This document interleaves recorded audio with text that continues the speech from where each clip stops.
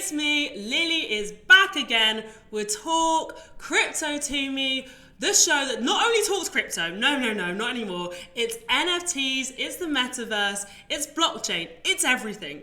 This industry is constantly changing and developing, so we need to keep up. So that's why I'm chatting to people to see where things are going. I mean, a few weeks in this industry feels like a few months or years in other industries. It's always developing, and that's why we need to know what's coming next, what's going to happen. So I'm asking them questions for you. This week, we've got Nick Saponaro from Divi Project. He's created this incredible platform which makes it nice and simple for people. I mean, none of us want all that technical stuff when we go on an app. We just want to figure out how do we convert our cash, that fiat cash, into crypto, right? Well, he's made this nice and simple for people. So you just utilize his app. You can even make swaps in crypto, hold that crypto. It is your wallet. So as things are changing, as we're going to start paying for things in crypto, this is really necessary. And getting on board in a nice, simple way, I mean, who wouldn't want that? No one needs all that complication. No one needs to see all these charts and trading. We're not trading. We just want to use crypto. Well, some of us are trading. But you know, that's where the future's at. So let's hear from Nick what he thinks about the development of this industry. So you had an interview with Spencer, right? The other week? I did, yeah. He's a great guy. He's very generous in letting us have a moment on that show. So I'm assuming that's where you saw us.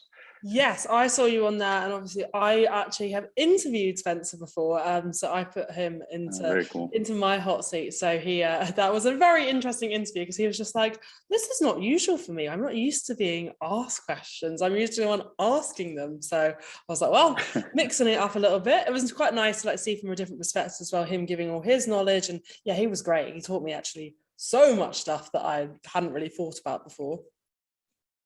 Yeah, he's a very intelligent dude. Yeah, he really is. Like, he's so on the ball. He was asking me stuff. He was like, "Have you done this? Have you done that?" I was like, I just thought we were gonna have a nice little chat. And he was like, "Yes, but." So yeah, it was really helpful. So well, let's just start by chatting about, a bit about the Divi project and where this concept came from.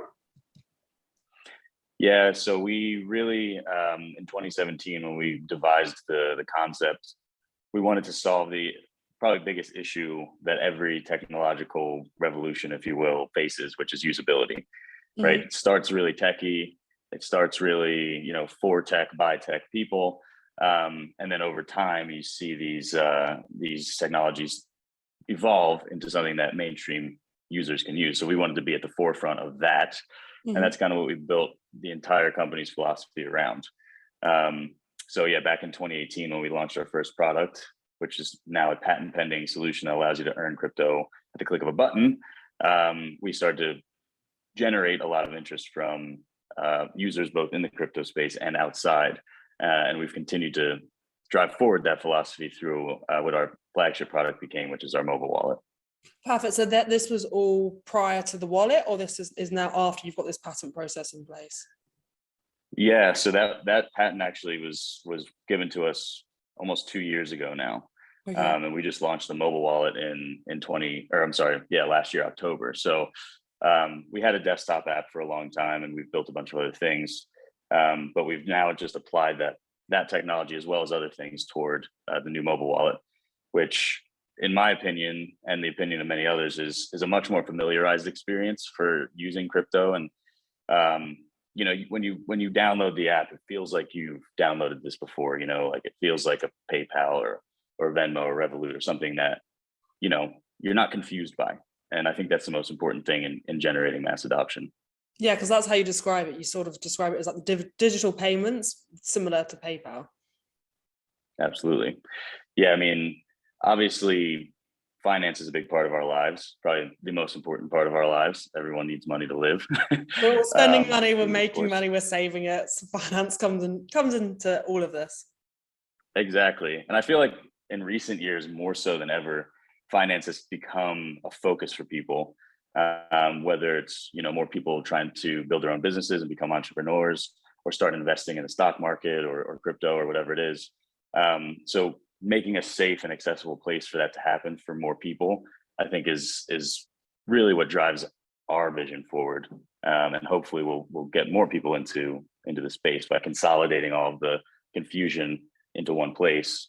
Kind of makes it a go-to spot for all things finance, you know. So how have you really simplified it? Because obviously, yeah, right now things are pretty complicated. Most people have no idea even to go set up a wallet, where they need to put their money, how it all works. So how have you made it simple? Yeah, I mean, so right from the start, right when you download the wallet, you know, it's just having you set up a username, avatar. You know, you can actually put your email in there and your phone number and things like that if you so choose. So this way, when you want to go and send your friend Bitcoin, for example, you're not asking for one of those long strings of numbers and letters. You just say, hey, what's your phone number? Or you already have their phone number. It's easy to send. So just basic things like that sounds so simple, right? But so few wallets, if any, implement this level of ease of use. So just that's the bottom line, main thing.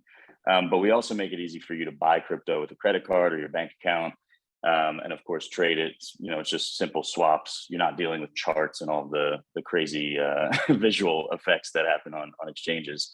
And everything's just done in one really, really simple to use financial app that anybody, I mean, we even have grandmas, grandpas, and little kids have used the app successfully without any guidance. That's interesting, because I feel like a lot of the apps that are out there, most people have no clue where to start. So if you've got grandmas doing it, I mean, I can call up my grandma. Grandma, can you do this? Yeah, we want your grandma to buy Bitcoin. That's the goal. So you're making it accessible for the normal person. That's right, and it has to be available globally, which it is, and it has to be available to people with limited connection and, you know, older phones and things like that. Like if we really want to see more this technology adapted to more people, it needs to be available to those people, not just people, you know, in the first world or whatever. So this is less for like the day traders that are going to be checking out, looking at the markets, looking at what's going up and down. This is more for people that are looking, buying it, using it, and holding it. Exactly, yeah, and earning with it. So right in the wallet, you can go in, and with our coin, you can start what's called staking, which is similar in a way to like mining. You probably heard of like Bitcoin mining, right? Of course. So staking, it's called proof of stake, is similar, but it operates differently. I won't get into the technicalities of it, but basically, instead of running a big computer warehouse of machines, you just hold a certain amount of coins in your wallet, and in this way, you're participating in the network. You're actually, the way that most governments look at it is you're performing a job, you're working. And for that, you, just like you would at your regular job, receive a reward every so often. So it's a good way of earning additional income. By buying and holding Bitcoin, you're earning? Is that what you're trying to say? So Bitcoin doesn't have proof of stake. It probably never will. So a lot of coins, including ours, which is called Divi, have employed what's called proof of stake, so that people who don't have the resources to set up these insane mining farms can simply hold the coin and earn additional yield on top of it. Okay, so there's no requirement from any mining for these? No, you can do it right from your mobile phone. A lot of people will buy like a secondary mobile phone, and literally you can turn it off and forget about it for a year or whatever. Okay, and so how are you making money out of this then? So we have a blockchain network. Right, and that blockchain network relies on. We have our own blockchain called Divi. It's everything's called Divi. So that blockchain relies on. It's not centralized. Like the main thing with blockchain, the thing that makes it so powerful is the fact that anybody anywhere can run this software, right, and participate in what's called consensus, which is essentially just how the network updates the database, so to speak. So with staking, that's what you're doing. You're actually supporting that network. And now developers and ourselves included go out there and they build tools on top of that blockchain. And you're participating in helping those developers succeed at what they're doing. It's a pretty unique process because most things are like built on AWS or whatever, which is a centralized server. And most software companies use centralized computing in order to provide you with whatever service. Even Zoom, which we're on right now, all of this communication is routed through a centralized server that somebody somewhere can look at and manipulate and do whatever. With blockchain, that's not possible. And that's why it's powerful for people to run their own nodes, they're called, our own computers, or phones in this case, in order to participate in that. And this decentralizes everything and allows for more transparency. And how easy is it for people to start using these nodes? So as long as you have at least a thumb, and you can swipe your thumb. Yeah, just about. You have two, so you're oh, set. I'm winning. I can make more money. Yeah. So that's totally all you need, is just to be able to get onto your phone, have, I guess, obviously like a smartphone, and then you can start learning about this and getting involved. That's right. Yeah, it's really, really simple. So where did you come up with this concept then? It was again, it was really a reverse engineered concept. We knew that people would and do still want to earn cryptocurrency in this way, but we knew that it was also overly complex in order to get into it as a everyday person. So how do you make that as simple as possible? It has to be one click or one swipe in this case. So from there, we just started engineering things and trying to make it less and less and less steps. Steve Jobs used to say, less stuff, less steps, right? That's how Apple became $1 trillion company. So we have the same philosophy. Amazing. And so then for people to get involved, I guess they just got to download the wallet, and then they can put in fiat money or also make swaps. Yep. And then super easy. And they buy your Divi coin. Yeah. And you can, if you don't buy Divi, you can buy, there's 300 other coins in there that you can buy or swap with. Okay, amazing. And then with obviously everything going on at the moment, how has this impacted like your industry? Yeah, obviously crypto is not immune to the macroeconomic climate, all the crazy stuff that's happening in this world. Of course, the stock market in the United States has taken a huge hit, especially tech stocks, and the crypto market as well has taken a huge hit.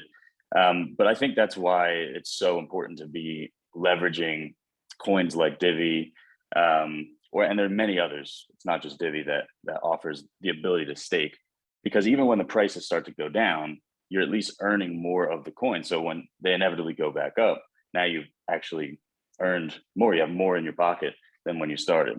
I think it's really important that people have like a long-term view of this stuff. I think there's like a propensity to think of crypto as a get-rich-quick scheme, when it's really not. Most of the people that are rich in this space have been in it for a long, long time. Yeah, most people, I mean, I get the questions now. Everyone's like, oh my God, it's crashing. What should I do? So I guess from someone like your perspective, it's really now just a good time to get involved. Yeah, I mean, it's slow play it. Obviously, I always tell people, of course, don't play with more than you can afford to lose. Of course. But it now is maybe not a bad time to start what we call dollar cost averaging. So you're just buying small amounts on a regular basis, and creating an average position. So you might buy Bitcoin at 29,000 today, 31,000 next week, 22,000 in 2 weeks. But as long as you keep buying, you average out. So yeah, it is a good time to do that. But really, no one in the history of cryptocurrency who has held it for at least 4 years has lost money, Bitcoin at least. Okay. No matter when you bought. So you have to have that horizon.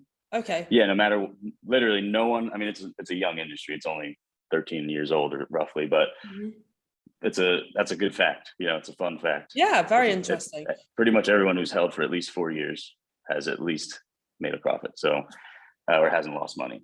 So which means really, you have to have a long-term view. Hold as much as you can, really, and buy. Yeah, hold and accumulate. And how about what was your journey into all of this? So how did you end up getting into the crypto industry? Yeah, it was weird. I used to build computers when I was much younger. And some people started hitting us up to build what turned out to be Bitcoin miners. And I asked the customer, like, what is this thing why are you building these like extremely expensive machines? And they told me about Bitcoin, and I tried it out for a little bit, and I didn't really understand it even at that time. It really wasn't until like 2014 or 15, a buddy of mine introduced me to Ethereum, and I'm a software developer, so Ethereum was very appealing to me. But I had no idea how to get it like Coinbase wasn't really there. There wasn't really an on-ramp to crypto with fiat yet. So I had to meet a guy in a mall. It sounds so dodgy. It was so dodgy. And yeah, so at any rate, he didn't rob me or do anything else nefarious. And I got the Bitcoin and I went and bought Ethereum off of some exchange. And that was a great entry into it. And again, even then, I didn't fully understand the capacity of this technology. So I just kept studying it. And it wasn't until 2017 when we started Divi. You know, I had been studying it for years at that point. And still, every day I learned something new about this space. It's a constant learning effort. And what exchanges did you really start on? And then how have you tried to improve on them?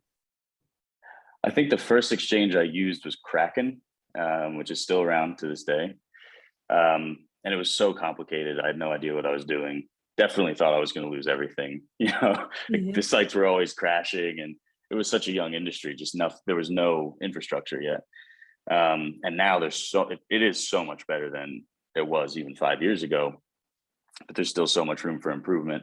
And they're still very driven by tech, most of these projects. They're driven by developers and in many cases for developers. Our outlook on it is like, that's great. And we'll use those tools a lot, but somebody has to make this basically invisible to the user. Like we're using Zoom right now, right? To use Zoom as an example again. We're not thinking about the fact that we're using the voice over IP protocol, right? No one has ever said that. Absolutely no. Everyone just chooses to schedule a meeting and that's all they know about it. And then they see someone, they're like, wow. Exactly. You click the link, you're on. So we have to get to that point where it's not relevant that blockchain is being leveraged or that crypto is being leveraged. So that's the path we're on. We're not there yet, but that's where we want to go. And what's your best advice for people that are, considering getting into crypto, but just haven't really known how to start out? Do a ton of research. There's no reason to FOMO into things, right? That's the easiest way to lose money. Don't chase like whatever the influencers are promoting. Look for like really authentic projects that have been there for a long time, that have a track record of success even in hard times, that kind of thing. Just like you would as an investor in any business. You want to look at crypto the same way. Research, read, and learn as much as possible. That's always step one. But moving from there, start with Bitcoin. Buy the top one. It's easy, right? Yeah. It's actually crazy because this is the advice that I keep on getting. So it's actually the more you hear it, it's like if people don't start realizing where to start, then come on now, people. Right. I know. And Bitcoin, a lot of people are like, oh, Bitcoin's boring. It's, old. It doesn't do that much. Yeah, a lot of that is true. And it doesn't improve by leaps and bounds every year like some of the other projects. But its track record is proven at this point. It's been there for 13 years. It's solid and it has a lot of support from institutions and governments and things like that. So yeah, it might not make you 100x return, but at least it's a safe bet to start dipping your toe into it, Yeah, which most people, especially if they're going to be using your app, they just might be starting out. So it's a good way for them just to invest some, as you say, not too much money, not that they can afford to lose, but just take some money, put it in Bitcoin, and then just start learning more. Do you have any teaching within the app that can help people? Yeah, there's a few different points at which the user learns something new. We try not to force the user to do any one thing, but so after you start using the app, it'll teach you about like how to back up your seed phrase, which is like your backup code, so to speak. So if you lose your phone or you lose your wallet, you haven't lost all your money. So little things like that will start to pop around. And our community and our support channels are active 24/7. So if you have a question, you just pop in there and feel free to ask. It's a very welcoming community. Okay, and who would be like one of your main competitors? Well, probably there are several apps that have similar features. There's like crypto.com is an exchange app, but they're what's called a custodial service. So similarly to a bank, like when you use crypto.com or Coinbase or what have you, you're actually you're giving them money and then they're holding your crypto for you. You don't actually own the crypto that's in that app. Yeah. So I always tell people, if you do use Coinbase, you do use crypto.com, that's cool, but move the crypto into what's called a self-custody wallet. And that's one where you actually own the coins. You have the private key, you have the backup phrase, and you own your money, which is really the point of crypto, right? Yeah, of course. No one wants to like literally have money just in air. They want to feel like they've got it in space, in their wallets. Exactly. Yeah. I mean, if you use those services, again, fine, there's obviously a use case for those things, but we're not really making a difference in finance if that's how crypto is going to work. Like, that's just another type of banking. And really, the thing that got me like really excited about crypto is the fact that you can be your own bank. You know, you can actually own your money and do what you want with it, including invest it or lose it, whatever. It's your choice. It's up to you. That's your choice, but that's the rules of the game. You know, the rules are very clear and transparent. And once you learn them, it can be really fun to play.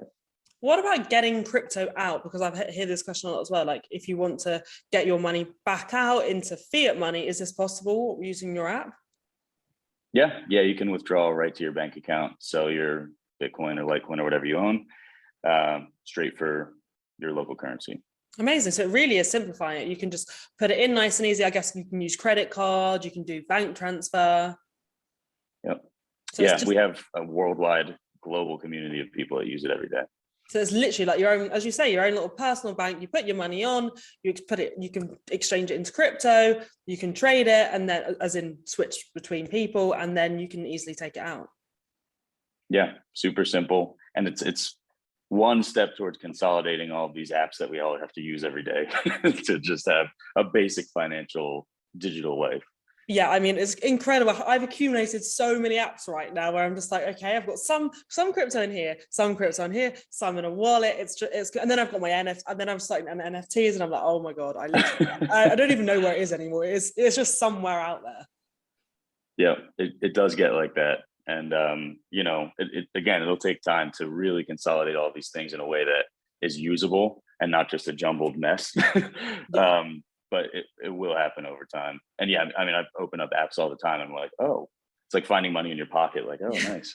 Yeah, this actually, I did that with PayPal the other day. I went on it and I was like, oh, yes, let's go shopping. Yep. And how about with NFTs? Are you linked at all with like OpenSea or anything like that allows people to buy NFTs? Yeah, that's one of the things we're looking at doing next. Now that all the, standard features that I think you need for like the financial side are in there. We will start looking at NFTs. NFTs are really an interesting space. It's not really clear exactly which direction they're going to go, like legally and stuff like that. So we have to be careful about that. But yeah, that's definitely a forward-looking focus for us. Yeah, it's like Marmite. I think you either love it or you hate it, and you're concerned, or you're very like, wow, this is amazing. Yeah, I really want to get involved in NFTs. But I guess again, it's going to be just allowing like an easy space for people to start getting into NFTs, and because again, that's, oh my god, the complications of that is just a lot to deal with. Yeah, you have to learn so much just to buy a JPEG on the internet, so there's a lot of room for improvement. I mean, throughout the space, DeFi is another focus, another aspect of crypto that is really complicated. NFTs, I think, are more accessible just generally because there's a picture and it feels more tangible. But getting one can be a nightmare for a newbie. Yeah, and how about, we're talking about here in Dubai, people are going to start accepting payments in crypto. So is that something you're also looking at, allowing people using the app to then make payments? Yeah, I mean, I've been here in Dubai now 3 months, roughly. Only 3 months? Only 3 months. Oh, you're seriously? Everyone says I'm new, and I've been here like 8 months now. Oh, nice one. Yeah, I've really enjoyed being here. I've visited before, but yeah, this is like my longest stay. And I just got all my visa situation worked out recently. Ooh, so it takes ages. So yeah, congratulations for that. Yeah, it's been a long haul. But no, I mean, we're very heavily focused on this region. I think it's like, honestly, the forthcoming hub for crypto and finance in general. I've spoken to the regulators here. I've spoken to a lot of the companies here. and everyone is trying to figure out how crypto will work within not just Dubai and the UAE, but MENA in general. And but they want it, like they want to support this technical innovation revolution, whatever you want to call it, because frankly, it's the next wave. It's what will drive finance in the next decade. So I think they're really smart here, I gotta say, and they're really agile with everything. Yeah, I mean, Dubai is that place where, they just do everything to the extreme. It's like the next level. They need the biggest building. It has to be like the most amazing view. Everything has to be so awesome. So obviously, yeah, the crypto market, they're going to put so much into it. And then I guess that's going to help with you, because then you can potentially make these payments available that people can pay for crypto in crypto. Yeah, I mean, every company here wants to accept crypto. I think Nakil just started accepting Bitcoin for properties and stuff like that. They're all also talking about the metaverse, and I think it's going to be really cool when you can go to like the Mall of the Emirates, go shopping when it's 40, 50 degrees out just from your computer, and you can actually go in Zara and stuff like that and purchase things, and it comes to your house. And all those things are being worked on. Like I've seen amazing technologies being worked on even outside of just our space, which is payments, of course, and we'll help facilitate all that stuff as well. So it's where we want to be, and it's going to be a wild decade, I think, moving forward. For sure. I mean, I was at MetaCon, and oh my God, yeah, the things that people were talking about, it just takes you time to process. Like, yeah, this is really going to happen. Like, this is the right way forward. Yep. We've just got to all adopt it. I know I think probably overwhelming for people. I think that's why like there's rejection of all these new things. Like people vehemently abhor NFTs and metaverse and all this stuff, and it's like, it's okay. Like it might not work for you today, but there are really smart people working on things that will work for you, and then people's eyes will be open to it. But if you can get into these things early, huge opportunities. Huge. Exactly. It's more about learning loads, especially using a platform which is simple, easy for people. They can just start out now. They don't even have to really think about it too much. They got one app they can use, and then come back to it in a couple of years and see how much things have probably gone up, and the fact they can then be using it for buying stuff. Absolutely. I tell people right now, like if you have even the slightest inclination that crypto will exist in a year, just buy some. Yeah. No, I say this to people as well, because people question now, especially with the markets being a bit down. Everyone's like, yeah, but do you still support this? Why do you even want to talk about crypto at the moment? I'm like, because people need to realize what's going to happen. If you think to the future, if you're actually imagining where we're going to be, and as you say, even like 5 years time, we will be using it. So just find out in which capacity you think you're going to use it and make it work for you. Absolutely.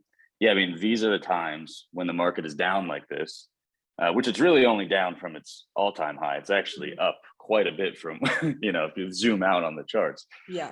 Now is the time when the real money is made, where those people that, seem like they got rich quick, those are the people that are accumulating now and have that long-term view. And when crypto's back in vogue and everybody's talking about it again, those people become really popular because it seems like they just like overnight became crypto millionaires or whatever. Yeah, exactly. People see it as just that they see what they see in the news and all these amazing success stories, but really you could just be part of this, and rather than keeping it in your bank account where it's literally making no money, especially as the world gets in worse and worse situations, this is really a way that you have, as you say, you have control over your own money. Absolutely. Yeah, I mean, fiat dollars, we need them for groceries and stuff right now, but with inflation, you're losing quite a bit of money over time. So I think that, again, that's why people are more and more focusing on how can I invest my own money, not through we have something called a 401k in the US, and it's managed for you. Like people want to take control of finance. Yeah, and this is giving them how do I do that? And what is next for Divi? So what's coming up? There's always a million things happening, but I think probably most exciting now that the wallet is fully functional and out there, will be some new platforms that will launch. We have some NFT partnerships coming out. So I can't say too much, unfortunately, right now, but definitely keep an eye out. You can't give me any little things that might be happening. I mean, we do have a DeFi protocol that we've been working on that may be a little bit complex for this conversation, but that'll be just basically it's a new way to earn with Divi and other coins and things like that. And yeah, I mean, there's some big partnerships on the horizon and things of that nature that I really can't disclose. You'll just have to have me come back on and talk about later. Well, we can have a discussion a little bit into the future. I mean, considering how quickly things evolve in this space, it's probably not going to be that long into the future. That's true. That is very true. Yeah, things are always developing, and I guess you've got to be thinking about what's the next big thing. Will the NFTs be run off of your blockchain? How is that going to work? Yeah, we have several different approaches to it. Some will be partnerships with other blockchain organizations. Some will be right within our wallet. Yeah, there's a lot of fun stuff that'll be happening, both artistically and like real world utility focused. So I really like to build things that you can use. Yeah. IRL. No, I like that though, because I think most, it sounds bad, but most very techie people want to keep it very techie because it sort of creates this quite a niche community. But actually, as it becomes more global, as people utilize crypto more and more, then there's a need for simplifying things. And as you say, making it available for your grandma or your mum and dad and stuff like that. Totally. Yeah, I mean, that's ultimately where we need to get, where you can feel like there's a purpose to it. And I mean, blockchain does solve a lot of problems in commerce and supply chain and enterprise, et cetera. It's just a matter of applying that technology, and that just takes a while because a lot of these enterprises are huge companies. It takes forever to get to the right person for them to understand it and be like, okay, yeah, build this. So, but it's all coming. Yeah, and I mean, in some industries, really, they don't want to even accept this because they're so used to how things were, and some people just don't want change.